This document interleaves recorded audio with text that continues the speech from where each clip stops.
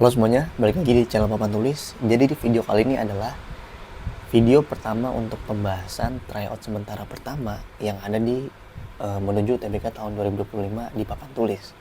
Jadi sebelum kita mulai, buat teman-teman yang belum mengerjakan tryoutnya, disarankan untuk ngerjain dulu. Link tryout sementaranya ada di deskripsi video. Diklik dulu, dikerjain. Kalau misalkan udah selesai, baru balik lagi ke sini untuk pembahasan. Biar teman-teman ini udah tahu lah sampai mana teman-teman itu paham tentang materi UTBK-nya. Jadi sekarang langsung aja kita mulai pembahasannya dari nomor yang pertama. Nomor 1 ini tentang pemahaman bacaan dan menulis atau PBM. Nah, kebetulan pertanyaan di sini itu cuma disuruh nyari si kata exoskeleton ini perlu diganti apa enggak nih. Nah, jadi kita nggak harus baca semua soal ceritanya. Kita tinggal fokus ke kata exoskeletonnya aja. Nah, pertama-tama, exoskeleton itu apa sih? Kalau misalkan teman-teman nggak tahu tuh, kalau bahasa gampangnya itu rangka luar pada hewan lah. Kan ada endoskeleton sama exoskeleton. Tapi kalau misalkan nggak kepikiran artinya apa sih, kita baca dulu nih. Tubuh ikan terdiri atas rangka dalam dan rangka luar berupa sisik exoskeleton. Kayaknya kalau misalkan kita nggak tahu terus baca kalimatnya juga tetap nggak paham lah. Ya pokoknya intinya ini untung-untungan juga sih sebenarnya. Nah, jadi tulisan exoskeleton itu di sini udah bener. Huruf per hurufnya ya. EKSOSKELETON. Tapi apakah dia harus diganti atau enggak? Tidak perlu diperbaiki itu adalah jawaban yang salah. Kenapa? Karena dia kan ada di pertengahan kalimat ya enggak? Pertengahan kalimat dan dia menggunakan huruf kapital. Itu udah pasti salah. Apalagi dia bukan sebuah kata yang harus menggunakan huruf kapital. Misalkan contohnya apa? Contohnya adalah nama. Nama itu mau di tengah kalimat pun dia harus menggunakan huruf kapital. Jadi kalau di sini menggunakan huruf kapital itu udah pasti salah. Nah, makanya yang A itu jawabannya salah. Berarti kita harus nyari nih pilihan mana yang menggunakan huruf E kecil. Kalau nggak B, ya si D ini. Ini udah pasti salah. Apalagi ini nih, pakai kutip. Nah, di antara pilihan B dan D ini, mana yang paling tepat? Si B ini sama D mirip kan? Yang ini exoskeleton, ini exoskeleton. Nah, ini salah nih. Dia di sini nggak ada SOS-nya. Sedangkan yang benar adalah exoskeleton. Jadi pilihan yang paling tepat adalah yang B. Sekarang kita lanjut ke soal yang nomor 2. Ini juga sama, kita harus baca soal utamanya dulu. What type of business has taken out the advertisement gitu. Jadi intinya adalah si bisnis yang diiklanin ini tuh, dia itu bergerak di bidang apa sih? Di bidang IT kah? Di bidang periklanan kah? Atau lain sebagainya. Nah, gampangnya kita bisa lihat dulu nih dari pamflet yang pertama. Ngomongnya pamflet aja ya. Si pamflet pertama ini dia ngomongin tentang dia jadi nge-hire orang nih, dia mencari karyawan yang mau kerja di perusahaan dia. Nah, di sini ada pilihannya nih, for the following roles. Jadi ada roles-nya sales and marketing, ada bagian web production. Nah, di sini udah jelas banget nih, web production. Kalau ngomongin web production itu yang gak jauh-jauh dari pembuatan web gitu. Jadi kita cek dulu nih, di pilihan jawabannya ada nggak yang berkaitan dengan web gitu. Yang A web developing company. Ini udah pas banget nih. Company ini ngomongin tentang kok salah sih? Ini pilihannya bisa menjadi jawaban. Karena dia ngomongin tentang pembuatan web gitu. Kalau television studio nggak ada di pilihan pencariannya. Si publishing company juga nggak ada, wedding boutique juga nggak ada, advertising company juga nggak ada. Tapi kita belum ngecek dulu nih di clue yang kedua gitu. Siapa tahu di sini tuh dia cuma nyari butuhnya yang lagi kosong web production. Ternyata di sini bisa jadi perusahaannya juga bergerak nggak di web doang gitu. Kita harus ngecek dulu nih di kotak yang kedua. Kita baca sekilas aja, set, nyari yang berkaitan dengan company-nya. Nah, di sini nih, Webstarters is a company that was established in 1990 with the purpose of helping companies like yours set up and maintain website. Nah, ini udah paling jelas banget nih. Apalagi namanya Webstarters ya kan? Si web starter ini intinya lu ngebantu buat bikin web lu sama ngejaga atau buat nge-develop website lu lah. Ya udah, intinya dia adalah perusahaan yang bergerak di bidang website. Jadi ini udah membuktikan bahwa jawabannya A itu udah pasti benar. Jadi nggak perlu jauh-jauh lagi untuk ngecek pilihan yang lainnya. Oke? Nah sekarang yang nomor 3, penalaran umum. Nah ini kan kemarin ada yang komen kan, Bang, yang bahasa Panda susah banget gitu. Sekarang kita coba lagi masukin di tryout sementara. Berdasarkan data di atas, kata apa yang mungkin berarti cuaca cerah? Oke. Kalau tips dari gue yang pertama kali untuk bahasa Panda ini, itu kita eliminasi dulu. Kita cari mana kata yang sama gitu. Di sini kan ada laporan, terus di sini ada laporan. Biasanya bahasa Panda tuh dia bisa jadi kayak bahasa Inggris juga, nggak berurutan gitu. Jadi nggak pasti. Kalau misalkan Gary Mitu, belum tentu Gary-nya itu kartu, Mitunya itu laporan, belum tentu. Bisa jadi kebalik. Nah laporan sama laporan ini kan sama. Berarti kita tinggal lihat nih, si Gary Mitu sama Gilo Gary ini yang sama yang mana? Yang samanya kan yang Gary, ya nggak? Gary sama nih. Berarti udah otomatis si Gary ini adalah laporan. Coret aja nih, laporan coret udah pasti si Gary ini laporan. Berarti cuaca adalah si Gilo, ya nggak? Gilo cuaca. Nah sedangkan ini nih yang perlu diperhatiin nih, Gemolina baju cerah, dia nggak ada yang sama gitu, nggak ada yang bisa dieliminasi. Oke, kalau misalkan udah nggak ada yang bisa dieliminasi, kita lihat pilihan jawaban yang ada gitu. Kita cari dulu nih yang cuaca cerah, berarti kan udah pasti ada cuacanya gitu kan. Cuaca apa di sini? Dia Gilo. Cari yang ada Gilonya dulu. Yang nggak ada Gilonya berarti bukan jawabannya. Yang A, Gemo Gilo, ada Gilonya, masih bisa. Ini yang B, Gary Geme, udah nggak ada Gilo. Yang C, Gemo Mitu, udah nggak ada Gilo juga. Yang D, Gary Mita, nggak ada Gilonya juga. Yang E, Geme Gila, bukan Gilo tapi gila, berarti dia bukan jawabannya juga. Udah, kita nggak perlu nyari capek-capek si cerah ini apaan sih. Yang penting kita udah nemu nih si Gilonya doang cuma ada di A, berarti jawabannya yang A. Gampang ya. Sekarang yang nomor 4, penalaran matematika.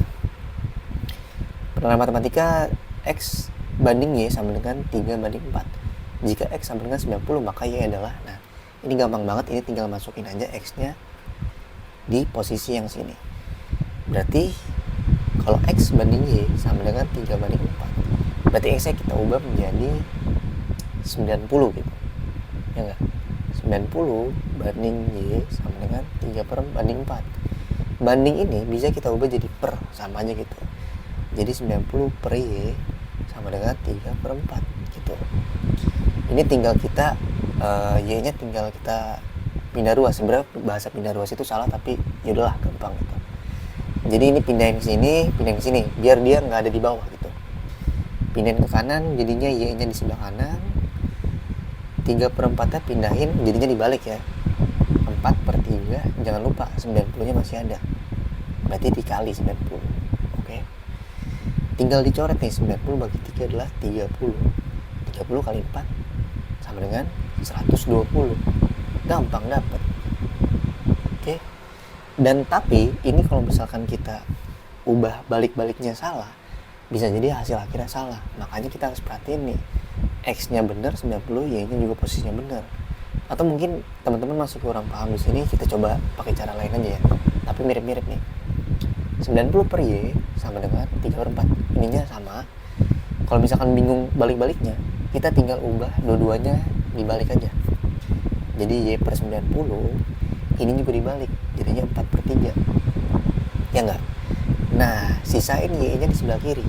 90-nya pindahin ke sini, pindahin ruas. Y-nya di sini udah sendiri. Kalau 90-nya di bawah, dipindahin ruas, berarti dia jadi di atas. Oke, kalau udah di atas berarti dia dikali 4/3 kali 90.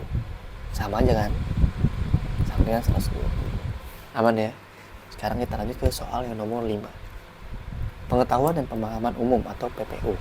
Ini sama, kita nggak harus baca soal ceritanya yang panjang banget. Kita butuh soal utamanya aja. bentuk kean pada kata kebiasaan dalam kalimat satu mempunyai kesamaan makna dengan bentuk kean dalam kalimat titik. Oke, jadi bentuk kean pada kata kebiasaan kalimat satu tuh udah langsung dikasih clue-nya dengan gampang gitu. Kita tinggal nyari kalimat satu kata kebiasaan. Baca dulu nih kalimat fullnya. Agak sulit mengaitkan kebiasaan minum kopi dengan risiko terkena penyakit jantung koroner. Nah, kebiasaan di sini kan artinya itu ya dia sudah terbiasa gitu, sudah terbiasa. Jadi agak sulit mengaitkan kebiasaan minum kopi, terbiasa minum kopi gitu. Oke, jadi intinya itu udah terbiasa. Kita harus cari mana imbuhan kean ini yang mirip katanya dengan kebiasaan. Gue jelasin ya. Yang A nih, mobil baru yang sangat hemat BBM tersebut dipamerkan di kediaman bupati. Nah ini kan yang imbuhan kean gitu kan. Kediaman ini apakah artinya sama dengan kebiasaan? Udah pasti bukan ya, karena kediaman di sini adalah artinya tempat tinggal gitu. Tempat tinggal, berarti bukan. Nah yang B ini udah pasti bukan. Yang B ini dia ketinggalan pesawat karena terlambat bangun tidur. Ketinggalan di sini apakah dia sama dengan kebiasaan gitu? Jawabannya salah, karena ketinggalan ini ya dia tertinggal gitu. Oke, jadi bukan terbiasa tapi tertinggal gitu. Jadi ini bukan juga. Yang C, wajahnya menjadi kemerahan, mendapat pujian yang tidak disangka-sangka. Kemerahan di sini tuh berarti dia mukanya menjadi merah gitu. Bukan literally secara bentuk, secara looknya itu jadi merah, tapi kayak jadinya tinggi lah gitu, mesem-mesem gitu. Oke, sekarang yang D, ini juga bukan. Orang kaya itu sudah biasa hidup dalam kesederhanaan. Nah, ini yang paling masuk dari pilihan yang ada gitu. Kesederhanaan ini kan berarti dia sudah terbiasa hidup sederhana gitu. Orang kaya tapi ya udah biasa hidup sederhana. Jadi ini masuk akal untuk menjadikan jawaban ini gitu. Coba kita lihat yang E dulu. Pada kedalaman 3000 meter di bawah permukaan laut, sedikit hewan yang dapat hidup. Nah, kedalaman di sini kan artinya itu adalah tingkat dalamnya gitu ya. Tingkat ketinggian atau dalamnya berapa meter sih di dalam, di bawah permukaan lautnya.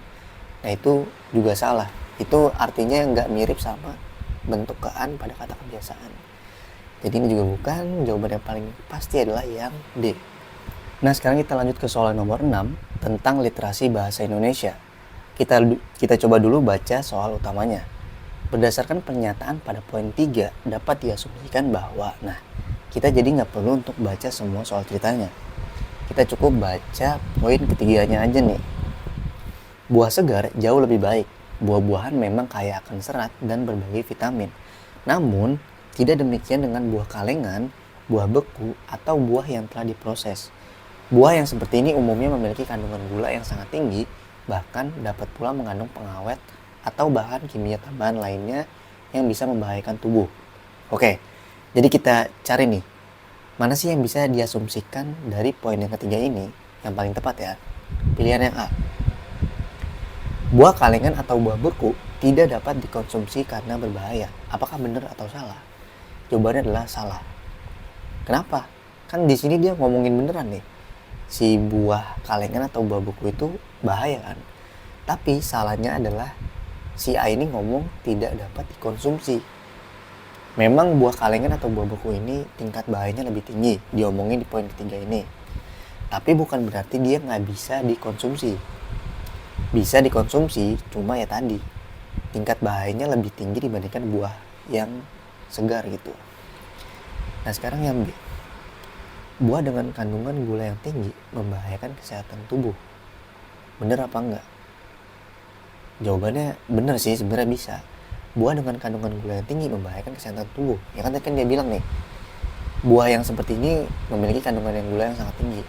Nah, kalau misalkan kandungan gula yang sangat tinggi bisa membahayakan tubuh, bener. Ini kita simpen dulu, oke. Kita cari mana yang paling tepat untuk dijadikan sebagai asumsi poin ketiga. Yang C. Kandungan yang tidak baik untuk tubuh mungkin terdapat pada buah beku. Ini juga bisa dijadikan sebagai asumsi. Kenapa?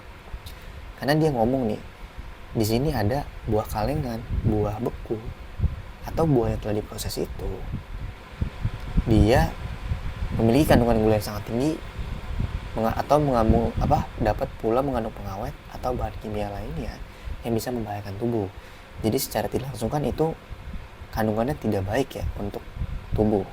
Jadi bisa kita ambil kesimpulan si C ini benar, tapi belum tentu yang terbaik jawabannya. Kita cari dulu yang D. Pengawet atau bahan kimia tambahan menyebabkan buah tidak dapat dikonsumsi. Iya sih, dia ngomongin si pengawet bahan kimia ini bikin buah itu lebih bahaya untuk dikonsumsi. Tapi balik lagi nih sama kayak A, bukan berarti dia nggak bisa dikonsumsi. Jadi ini salah. Yang E, kandungan gula yang tinggi dan pengawet terkandung dalam setiap buah kalengan. Nah ini belum tentu juga nih. Belum tentu setiap buah kalengan udah pasti memiliki kandungan gula yang tinggi atau pengawet. Di sini kan ngomonginnya umumnya kan. Buah yang seperti ini umumnya memiliki kandungan gula yang sangat tinggi. Bukan berarti semuanya udah pasti yang buah kalengan itu punya kandungan gula yang sangat tinggi. Nah sekarang perdebatannya ada di pilihan B atau C. Mana nih yang paling benar? Kita lihat dulu konteks di poin ketiganya, dia ngomonginnya kayak gimana. Buah segar jauh lebih baik. Buah-buahan memang kaya akan serat dan berbagai vitamin. Namun tidak demikian dengan buah kalengan, buah beku atau buah yang telah diproses. Nah jadi di poin ketiga ini lebih ditekankan kepada buah kalengan, buah beku sama buah yang telah diproses ini kurang baik lah untuk dikonsumsi. Jadi intinya ketiga buah itu kurang baik. Nah di pilihan B sama C ini mana yang ngomongin tentang buah kalengan, buah beku atau buah yang telah diproses? Pilihan yang ada itu di pilihan yang C. Dia ngomongin buah beku gitu. Buah beku ini kandungannya kurang baik untuk dikonsumsi. Sedangkan si pilihan B ini dia ngomong secara umumnya aja gitu. Buah dengan kandungan gula yang tinggi menyebabkan kesehatan tubuh. Nah, padahal di poin ketiga ini yang ditekankan adalah ketiga ini yang tadi gue bilang. Buah kalengan, buah beku, sama buah yang tadi diproses. Sedangkan kandungan gula yang tinggi ini itu sebagai tambahan doang. Jadi bukan poin yang paling penting untuk disampaikan ke para pembaca gitu. Jadi pilihan yang paling tepat adalah yang C. Sekarang kita lanjut ke soal nomor terakhir. Soal nomor 7, pengetahuan kuantitatif. Nah ini juga kemarin ada yang request di kolom komentar. Dia masih bingung tentang peluang terutama kombinasi ya. Jadi soalnya adalah dalam suatu pertemuan ada 30 orang saling berjabat tangan. Banyak cara jabat tangan yang terjadi adalah, kita jawab dulu nanti baru gue jelasin yang lebih gampang yang itu. Jadi sini anggap aja ada perkumpulan, terus di sini ada 30 orang. Anggap aja ini lagi reuni kelas IPA 2 gitu. IPA 2 lagi reunian ya 30 orang. Semuanya pengen salim-saliman gitu.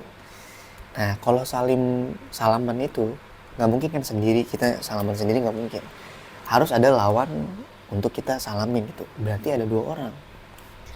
Kita pengen nyari banyak cara jabat tangan yang terjadi itu atau total keseluruhan kejadian itu ada berapa sih?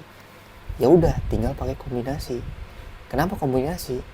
Karena seperti konsep utamanya, kombinasi itu kalau dibalik-balik nggak berpengaruh. Misalkan ada yang namanya Adi, ada yang namanya Budi.